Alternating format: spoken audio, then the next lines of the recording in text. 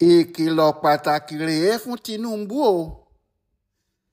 Nígbà tí ọ̀rọ̀ bá fẹ́ rújú, àwọn àgbà ní kí wọ́n bi ilẹ̀ léèrè. Torí Ifá tẹjúmọ́ mi kó wò mí re, ẹni tá a bá wádìí là á bá relé. Níbi tí ọ̀rọ̀ òṣèlú fẹ́ máa lọ yìí, àfi kéèyàn béèrè ọ̀rọ̀ lọ́wọ́ àwọn àgbà olóṣèlú àti àwọn ọ̀mọ̀ràn tí mọ oyún ìgbín nínú ìkarahun pé níbo lọ̀rọ̀ òṣèlú àkókò yìí ń lọ o. Ohun tí Ọláìwọlá Alága ṣèwádìí lé lórí rèé pé kí ni Ifá òṣèlú àkókò yìí wí.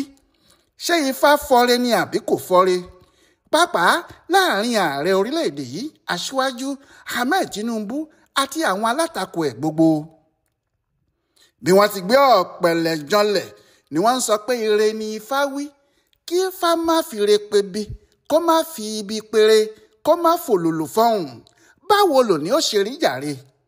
Ohun tí Ifá òṣèlú àkókò yìí ń sọ ni pé Tinubu yóò ṣọ́ ara ẹ̀ gidigidi lọ́dọ̀ ọkùnrin kan tí wọ́n ń pè ní Nyesom Wike. Kó má jẹ́ kí ọkùnrin náà ti ẹ̀yìn gbèrú òun, nítorí ẹni tí wọ́n bá tẹ̀yìn gbèrú tọ̀hún yóò pògìrá tí yóò fi ṣubú ni o. Pé lóòótọ́ ni Wike lè máa ṣe dáadáa lójú Tinubu àti àwọn tí wọ́n fẹ́ràn òṣèlú irú ẹ̀. Ṣùgbọ́n ohun tó wà nílẹ̀ báyìí fi hàn pé ìgbẹ̀yìn ọ̀rọ̀ náà lè má dáa. Bóyá ẹnìkan fẹ́ tàbí kò fẹ́, bóyá ẹnìkan gbà tàbí kò gbà, ẹgbẹ́ òṣèlú ńlá mẹ́ta wà tó jẹ́ kò sẹ́ni tó lè kó iyan wọn kéré. Àkọ́kọ́ nínú wọn ni PDP, èkejì sì ni ADC tuntun yìí, ẹ̀kẹta ni NNPP, ẹgbẹ́ àwọn Kwankwanso. Kò sí ohun tó dára fún Tinubu jùlọ bíi kí ẹnu àwọn ẹgbẹ́ mẹ́tẹ̀ẹ̀ta yìí má kò. Bí ẹnu àwọn ẹgbẹ́ mẹ́tẹ̀ẹ̀ta yìí bá kò lé e lórí, ohun burúkú yóò jálu ohun burúkú, ohun burúkú yóò jálu ohun burúkú, ẹ̀gún ẹ̀wọ̀n yóò ṣubú lu ẹ̀gún àta, ọ̀rọ̀ yóò sì di pa mí kí n pa ọ́ tí pánsá ojú iná ń ṣe fúnra wọn, lómi kí n lù ọ́ tí kèrègbè méjì ń ṣe lọ́nà odò. Gbogbo ohun tí Tinubu àti àwọn èèyàn ẹ̀ bá lè ṣe láti rí i pé ẹnu àwọn ẹgbẹ́ òṣèlú mẹ́tẹ̀ẹ̀ta yìí kò síbì kan náà ní kí wọ́n ṣe o. Torí bí ẹnu ADC àti PDP pẹ̀lú NNPP bá kò, ọ̀rọ̀ náà yóò le díẹ̀ kọ́, yóò le gidigidi kí APC tàbí Tinubu tó borí wọn ni. Bẹ́ẹ̀ ohun tí Wike ń ṣe tí àwọn èèyàn ń rò pé nǹkan dáadáa ní báyìí ni yóò jẹ́ kí ẹnu àwọn ẹgbẹ́ òṣèlú alátakò gbogbo kò. Ó sì dìgbà tí ẹnu wọn bá kò kí àwọn Tinubu pàápàá tó mọ̀ pé àwọn ti fi ọwọ́ ara àwọn fa nǹkan. Gbogbo ọ̀nà ni Wike ń wá, ohun gbogbo ló sì ń ṣe láti rí i pé PDP kú lójijì.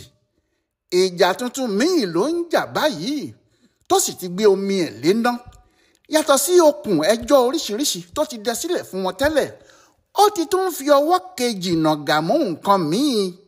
Ìyẹn náà ni pé bí òun kò bá rí tàkọ́kọ́ yìí ṣe, kó kúkú jẹ́ òun àti àwọn èèyàn òun làwọn yóò yan alága àti akọ̀wé ẹgbẹ́ PDP lásìkò ìpàdé àpapọ̀ wọn tí wọn yóò ṣe nínú oṣù kọkànlá ọdún yìí. Kí ohun gbogbo lè dáa, àwọn aṣáájú PDP ti ń ronú lórí ọkùnrin gómìnà ìpínlẹ̀ Kano tẹ́lẹ̀, Malam Ibrahim Shekarau. Òun náà kì í ṣe kékeré nínú òṣèlú. Gómìnà Kano láàrin ọdún 2003 sí 2011 ni. Lẹ́yìn náà ló sì ṣe mínísítà fún ètò ẹ̀kọ́ láyé ìjọba Jonathan, kó tó wá ṣe sẹ́nẹ́tọ̀ láti ọdún 2019 títí di 2023. Ohun tí àwọn aṣáájú PDP ṣe ń rò pé òun nìkan ló lè ṣe é rèé, pé yóò mú ìrírí àti gbajúmọ̀ ẹ̀ wá láti yí ẹgbẹ́ wọn padà sí ọ̀nà rere. Ó jọ pé Shekarau sì ti múra láti ṣe bẹ́ẹ̀. Ṣé ọ̀rẹ́ àti alájọṣe Rabiu Kwankwanso ti ẹgbẹ́ òṣèlú NNPP sì tún ni. Àmọ́ Wike àti àwọn èèyàn ẹ̀ kò fẹ́. Wọn ò fẹ́ Shekarau. Ẹni tí àwọn fẹ́ ni Samuel Ortom. Wike àti àwọn èèyàn ẹ̀ ti múra. Wọ́n sì ti sọ sáwọn tó kù létí pé Ortom ló gbọ́dọ̀ ṣe alága PDP. Bí àwọn tó kù kò bá ti gbà kí ọkùnrin náà jí alága, àwọn yóò da gbogbo ẹ̀rú ni. Níbi tí ètò gbogbo bá ti dáa, kì í ṣe pé Ortom kò lè ṣe alága PDP o. Ṣebí ọmọ ẹgbẹ́ PDP ní láti ìgbà pípẹ́, ibẹ̀ ló sì wà tí Goodluck Jonathan fi ṣe mínísítà lọ́dún 2011 kó tó di pé ó padà lẹ́yìn Jonathan ní 2014 tó sì gba inú APC lọ. Inú APC ló ti díje tó sì di gómìnà ìpínlẹ̀ Benue ní 2015. Àmọ́ nígbà tó di 2018 ó padà sínú PDP. Níbẹ̀ ló sì ti tún díje ní 2019 tó sì tún wọlé bíi gómìnà lẹ́ẹ̀kejì. 2023 yìí ló ṣẹ̀ṣẹ̀ kúrò nípò gómìnà, àmọ́ kò bá dáadáa kúrò nípò nítorí lásìkò tí ìjà Abubakar Atiku àti Nyesom Wike kẹnu ni. Ọ̀kan nínú àwọn tí wọ́n bá Wike lọ ni tó sì dúró tì í pé kò sí ohun tó ń bọ̀ lókè tí ilẹ̀ kò gbà, àwọn yóò bá Atiku náà tán bí owó ni. Otom wà lára àwọn tó bá Wike lọ sẹ́yìn Tinubu. Láti ìgbà náà kò sì tí ì padà sẹ́yìn. Níbẹ̀rẹ̀ ọdún tó kọjá yìí, Otom ló jáde sí gbangba tó ní àwọn gómìnà márààrún tí àwọn jọ gbèjà Wike àwọn yóò dúró ti Tinubu lẹ́yìn tí yóò fi tún wọlé ìbò ọdún 2027 ni. Kò sì sẹ́nìkan tí yóò padà sẹ́yìn nínú àwọn. Bẹ́ẹ̀ ni àwọn kò ní bá ẹlòmíì ṣiṣẹ́ ju Tinubu lọ. Ní gbogbo ìgbà tí Otom ń sọ eléyìí àti títí di àsìkò tá a wà yìí, ọmọ ẹgbẹ́ PDP ni. Èyí ni pé òun ti ta ẹgbẹ́ tiẹ̀. Ó ti gbà pé kò sí èèyàn gidi kan tó gbọ́dọ̀ jáde tàbí tí yóò lè jáde lórúkọ ẹgbẹ́ PDP tàwọn àfi Tinubu láti inú APC. Kò sí ìpàdé kan tí Wike ṣe lẹ́yìn Otom. Wọ́n jọ ń ṣe é ni. Kódà Otom kì í fi Wike sílẹ̀ nígbà kan. Ní ọ̀sẹ̀ tó kọjá yìí tí wọ́n ní ẹgbẹ́ àwọn pàdé, Otom ló ka àwọn òfin oníkùmọ̀, òfin oníkóńdó tí wọ́n fún àwọn apàṣẹ PDP tí wọ́n sì ní bí wọn kò bá ti gba àwọn ohun tí àwọn wí náà wọlé kí wọ́n má sọ pé àwọn fẹ́ ṣèpàdé gbogbogbò kankan o, torí kinní náà kò ní ṣeé ṣe. Pẹ̀lú gbogbo eléyìí, báwo ni yóò ṣe wá jẹ́ tí Wike yóò rán rí kanlẹ̀ pé àfi kí Otom ṣe alága PDP? Bí Otom bá jẹ́ alága PDP, kò sí ìyàtọ̀ kan níbẹ̀ bíi pé Wike gan ni alága ẹgbẹ́ náà ni. Àbí bí ìgbà tí èèyàn bá fi PDP sílẹ̀ tó lọ sínú APC lọ mú alága ẹgbẹ́ PDP wá ni. Ṣùgbọ́n Wike ti lóhun kò ní gbà. Gbogbo ohun tí àwọn tí wọ́n jọ wá sì ń ṣe nìyẹn. Pàápàá àwọn èèyàn bíi Ayọ̀délé Fáyọ̀ṣe wọ́n múra gidigidi láti kópa níbi ìpàdé gbogbogbò tí wọn yóò ti yan àwọn alákòóso fún PDP. Àmọ́ àwọn èèyàn tiwọn ni wọ́n fẹ́ kí wọ́n wọlé bí alákòóso ẹgbẹ́ náà. Ohun tí èyí yóò túmọ̀ sí ni pé bí àwọn yẹn bá ti gbàjọba ẹgbẹ́, ẹnu kí wọ́n kéde pé kò sí ẹni tí àwọn fẹ́ fà kalẹ̀ fún ìbò ọdún 2027 láti inú ẹgbẹ́ àwọn ni.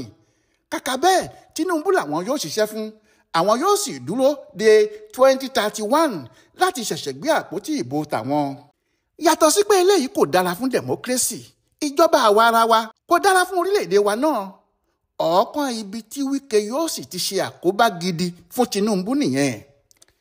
Ìdí ni pé gbogbo ọ̀nà méjèèjì tí Wike fẹ́ gbà yìí, bóyá ó ṣe é títí tí PDP kò fi rí ìpàdé wọn ṣe, tàbí tó ṣe é tó jẹ́ èèyàn tiwọn ni wọ́n yàn sáwọn ipò pàtàkì náà tí gbogbo ayé sì rí pé Tinubu ni wọ́n wá gba PDP fún. Ohun méjì yóò ṣẹlẹ̀ léraléra gẹ́gẹ́ bí ìwádìí tí a ṣe yìí ṣe fi hàn. Àkọ́kọ́ ni pé gbogbo àwọn gómìnà PDP yìí àti àwọn èèyàn tí wọ́n bá lẹ́nu nínú ẹgbẹ́ náà pátá, gbogbo wọn yóò kọ̀wé lẹ́ẹ̀kan náà, wọn yóò sì fi ẹgbẹ́ PDP sílẹ̀ fún Wike àti Tinubu. Ẹ̀kejì ni pé tí wọ́n bá fi PDP yìí sílẹ̀ bẹ́ẹ̀, gbogbo wọn yóò rọ́wọ́ inú ADC, ẹgbẹ́ alátakò Tinubu yìí, lọ́nà tí yóò ya gbogbo èèyàn lẹ́nu. Kí gbogbo ẹni tó bá ní ọgbọ́n òṣèlú fi inú rò ó. Pẹ̀lú ìkórìíra tí àwọn olóṣèlú nílẹ̀ Haúsá ní lọ́wọ́lọ́wọ́ fún ìjọba Tinubu yìí, nígbà tí àwọn gómìnà márùn-ún àti àwọn alágbára inú PDP bá ṣe bẹ́ẹ̀ rọ́wọ́ inú ẹgbẹ́ kan, báwo ni Tinubu yóò ṣe lágbára tó tí kinní náà kò ní fì í? Àgàgà nígbà tó bá jẹ́ inú ADC ni wọ́n rọ́ lọ. Bẹ́ẹ̀ bí Tinubu kò bá fààyè gba Wike láti bà PDP jẹ́, tó bá fi wọ́n sílẹ̀ láti máa ṣe tiwọn, kò sẹ́ni tí yóò pa ọ̀bọ, ọ̀bọ ni yóò para ẹ̀. Ohun tí yóò ṣẹlẹ̀ ni pé PDP àti ADC ni yóò jọ pín ìbò tí àwọn èèyàn kò bá fẹ́ dì fún Tinubu. Ìbò náà kò sì ní tó wọn láti fi di kinní kan, nítorí PDP yóò kó ìbò púpọ̀, ADC náà yóò sì kó tiwọn, ṣùgbọ́n ìbò tó jẹ́ ti APC yóò dúró lójú kan. Àmọ́ bí Tinubu bá jẹ́ kí Wike fọ́ PDP tí àwọn gómìnà wọ̀nyí bá bínú lọ, tí wọ́n fa Rabiu Kwankwanso bọ̀dí, tí wọ́n mú Peter Obi sí, tí gbogbo ìbò náà jẹ́ ti ADC, yóò le kí Tinubu tó ní ìbò tí yóò fi tayọ wọn o. Àwọn olóṣèlú tí ìfẹ́ ẹgbẹ́ òṣèlú wọn máa ń rúbò lójú lè ní kò sí ọ̀rọ̀ níbẹ̀. Kódà wọ́n lè sọ pé gbogbo àwọn tí wọ́n wà nínú ADC yẹn kò jẹ́ kinní kan. Wọn yóò ti gbàgbé pé àwọn èèyàn yìí náà làwọn Tinubu lò tí wọ́n fi dé ipò tí wọ́n dé yìí. Wọn yóò ti gbàgbé pé tí kò bá ṣe ìgbà tí àwọn gómìnà PDP bínú tẹ̀lé Àtíkù lọ sínú PDP ni wọ́n tó di ẹgbẹ́ alátakò gidi tí wọ́n sì fi lè lé Jonathan lọ. Àbí Tinubu nìkan ló lé Jonathan lọ ni? Àwọn míì yóò sọ pé ADC kò tí ì rẹ́sẹ̀ múlẹ̀ pé ẹnìkan ti sáré lọ sílé ẹjọ́ láti dá wọn dúró pé INEC kò gbọ́dọ̀ gba orúkọ David Mark àti ti Arẹ́gbẹ́ṣọlá wọlé. Kò sẹ́ni tí kò mọ̀ pé àwọn tí wọ́n ń bínú ADC ló wà nídìí èyí. Àwọn ni wọ́n ń náwó ẹ̀. Bẹ́ẹ̀ mọ́tò tó ti ṣí ni wọ́n ń ṣẹ́wọ́ sí. Ẹni tó bá fẹ́ pe ADC lẹ́jọ́ báyìí yóò pe INEC mọ́. Ẹgbẹ́ òṣèlú tó bá sì ń bá INEC jà ẹ̀yìn adìyẹ tó ń forí ara rẹ̀ sọ àpáta ni o. Ibà díẹ̀ lèèyàn ń fààyè gba ọ̀tẹ̀ fẹ́nìkan mọ̀. Nítorí ọ̀bẹ olójú méjì ní gbogbo dìtẹ̀dìtẹ̀ kò síbi tí kò lè kọjú síjà o. Tí Wike bá ń bá àwọn alátakò Tinubu jà tó ń wá oríṣiríṣi ọ̀tá kún ọ̀tá fún, tí Tinubu náà bá ń rò pé kò sí èèyàn bíi Wike, kó rántí pé Wike ti dọ̀bálẹ̀ fún àwọn Amechi rí o. Ó ti dọ̀bálẹ̀ fún àwọn Jonathan rí o. Ó ti dọ̀bálẹ̀ fáwọn Peter Odili rí o. Kódà ó ti dọ̀bálẹ̀ fáwọn Àtíkù náà rí o. Bó bá ń dọ̀bálẹ̀ fóun náà lónìí, kò sí ohun tí kò ní lè sọ pé kó má bu bó bá dọ̀la, kó sì má gbégidí náà fún ní gbogbo ibi tó bá fẹ́ gbà kọjá. Kí Tinubu ṣọ́ra ẹ̀ lọ́dọ̀ Wike kó má di nǹkan àbámọ̀ bó bá dọ̀la. Ọláyíwọlá Alága ló ṣe ìwádìí ọ̀rọ̀ òṣèlú yìí wò fún Bùdó Àgbáyé fún àṣà àtiṣe Yorùbá World Center nínú ọgbà Yunifásitì Ìbàdàn. A kó afẹ́rẹ́ yìí o.